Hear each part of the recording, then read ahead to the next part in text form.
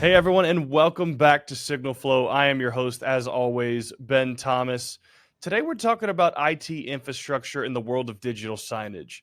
Now, when you think about digital signage, there's a lot of different applications, but it's not always understood some of the challenges and best practices that we should have from an IT infrastructure building, whether it's things like designing for PoE, how to retrofit existing systems, what do signal runs look like, things like that. And I want to be able to dig in just a little bit deeper today. So I brought on our next guest, and that guest is Yasemin Fröhlacher, head of IT over at easescreen. Yasemin, thank you so much for coming on the show today. Oh, thanks for having me, Ben. I'm so excited to be here. You know, Yasemin, when you think about the world of digital signage, especially in all sorts of different applications in the modern world, those IT conversations happen, right? Whether it's folks who've found their way into having to manage digital signage systems who are more familiar with the device management, or people who historically have managed signal flow and who are familiar with it. But I want to ask at a high level, what are some of those critical components and conversations whenever you're thinking about building out a digital signage system, even if it's a retrofit or from scratch? When we talk about the network architecture essentials for robust digital signage systems, the key components include high-capacity backbones, reliable network switches, and dedicated bandwidth. So to accommodate growth and future tech advancements, businesses should plan their infrastructure with scalability in mind. So, for example, using scalable network designs like a spine leaf architecture can help manage increased data loads without bottlenecks. Also, like initially, businesses may start with a basic setup, but as they expand, perhaps from a single digital signage display to multiple screens across different locations, they need a network that can handle the significant increase in data traffic without degradation in performance.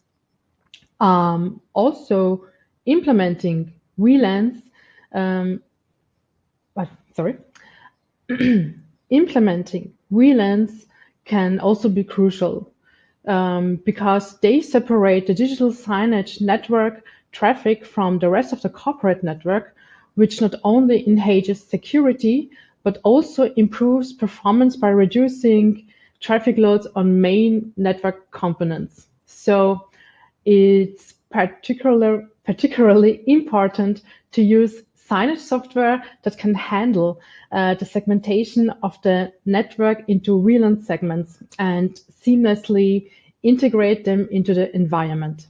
By ensuring the network can meet the demands of the digital signage with educated hardware and connectivity, businesses can fully leverage this system's potential. Well, fantastic. That's a helpful way to really set the tone for our conversation today, and it really was very comprehensive. One of the things that you mentioned was security, right? And it seems like every day we kind of hear in the news about a security breach. A lot of times that's more in the data storage side of things, but obviously you want to protect digital signage systems as well.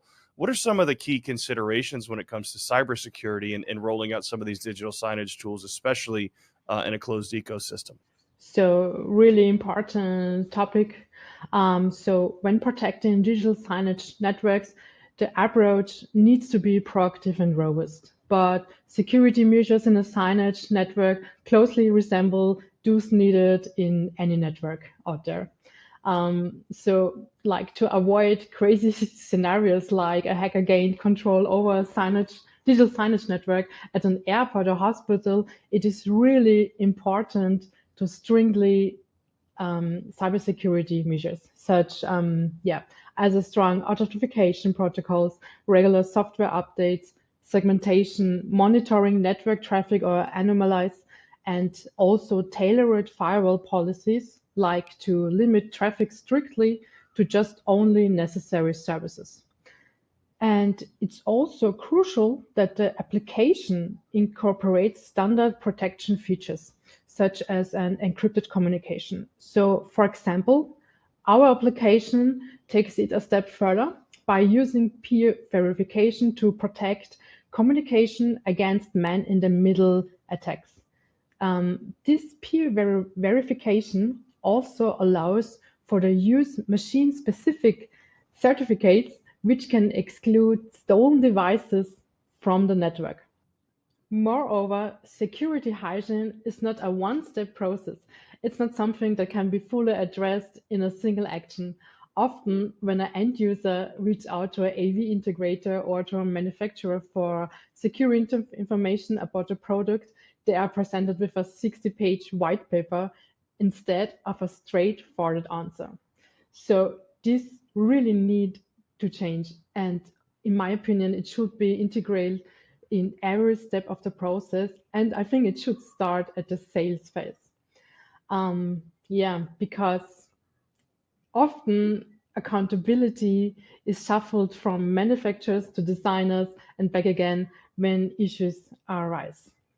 But in the end, what's important, it's advisable to engage a security expert and to periodically review case studies to stay up to date what's possible and to better understand which events could affect your systems. Well, I 100% agree, Yasmin. You talked about the importance of leveraging a professional, especially, as a lot of these IT folks, whether it's cybersecurity, whether it's network scalability and signal flow, there are a lot of challenges and a lot of areas of expertise that they may not have as the practitioners that the installer, integrator, sales kind of engineer might have.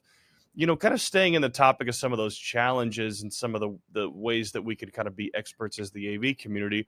What are Mhm. some of those common challenges that the IT folks are facing, especially now? Right now, the integrating new digital signage devices, so especially into existing corporate network, is indeed like akin to introducing a new member into a well-oiled team. So, in my experience, ensuring seamless operation and compatibility requires a thoughtful approach, much like fostering a new relationship with a team. So when a new digital display system with its unique operating system um, comes online, the primary goal is to integrate it without disturbing the current network setup. So for sure.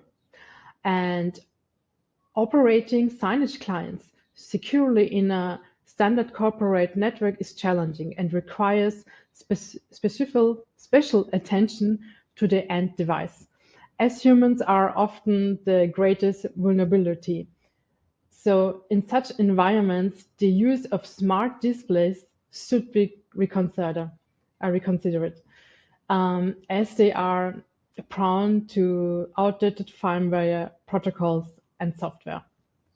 And I think so standardizing protocols and investing in management platforms that support a broad of devices can significantly mitigate the integration issue.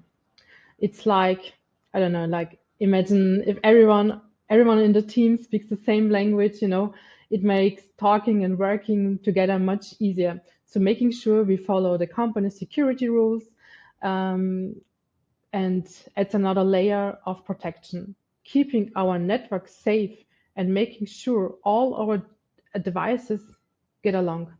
This is super important, not just for safety, but also for keeping everything organized across different systems. So this harmonization helps maintain network integrity and security, ensuring that new and old systems work together without issues. And it prepares the network for future expansions and technological improvements, making the system more adaptable and resilient in the long run. We've talked a little bit about some of the challenges, not only with integrating kind of some of those networks and kind of best practices for things like cybersecurity, but one of the ways that the AV community can help speak into a lot of those IT conversations is through things like signal integrity, especially, as you mentioned, when talking about transportation hubs like airports or multi-site campuses, things like that. And, whether we're having conversations about cable runs or latency or all these different things, how important is that signal integrity side of things when having these conversations about digital signage in multi-site and long-run installations? In large, complex, multi-site digital signage installation like those sprawling across different buildings or campuses, maintaining signal integrity is as crucial as the content itself, because poor signal quality can negate the viewer's experience, reflecting also poorly on the company itself. So implementing high quality cabling and sophisticated network equipment that can regenerate signals ensures that content remains pristine and impactful, regardless of the physical distance. So, in my opinion, IT teams should use a proactive monitoring strategy to detect and resolve issues early. Moreover, it is advisable to consider not only the cost but also the quality and the suitability for specific conditions when selecting equipment. I mean, signal integrity is not just a technical necessity, but also a core component of the overall experience that digital signage aims to provide. Agreed, especially as we have conversations about larger bandwidth deliveries, whether that's 4K, whether that's multiple different endpoints, things like that. It's important to be able to have conversations about bandwidth and cabling and signal integrity. As we talk about even things like 4K, you know, the industry continues to evolve, right? In different use cases and applications, and even technologies, are finding their way into the world of digital signage. What are some of the things that IT teams should continue to try and learn? And what are some of those things that you see coming down the pipe when it comes to innovations in digital signage? I think to operate a future-proof and durable signage system, it is really important to decouple the software and backend from the fast-changing hardware like displays. Because this requires a hardware agnostic solution, such as our software, which runs on both SoC and PCs and can integrate all these systems. So, in my opinion, regular training for IT staff and emerging technologies and industry trends keep the team informed and ready to implement the latest innovations, ensuring the digital signage system remain current and effective. Well, Yasmin, I know that plenty of people may have questions about kind of the conversation we've had today. If people have questions, how can they best reach out to you to ask those questions? Yeah, they can reach to me about, I think the best way is LinkedIn. So I think they can read my name there. It's a little bit hard to pronounce, but LinkedIn is the best way, and I will definitely answer all questions. Well, absolutely. I know we'll have some folks reaching out to you. Yasmin, thanks so much for coming on the show today and sharing your expertise. Thank you too. It was a pleasure. Thanks. And thank you to the audience for tuning in. Be sure to like and subscribe and check us out next time on Signal Flow.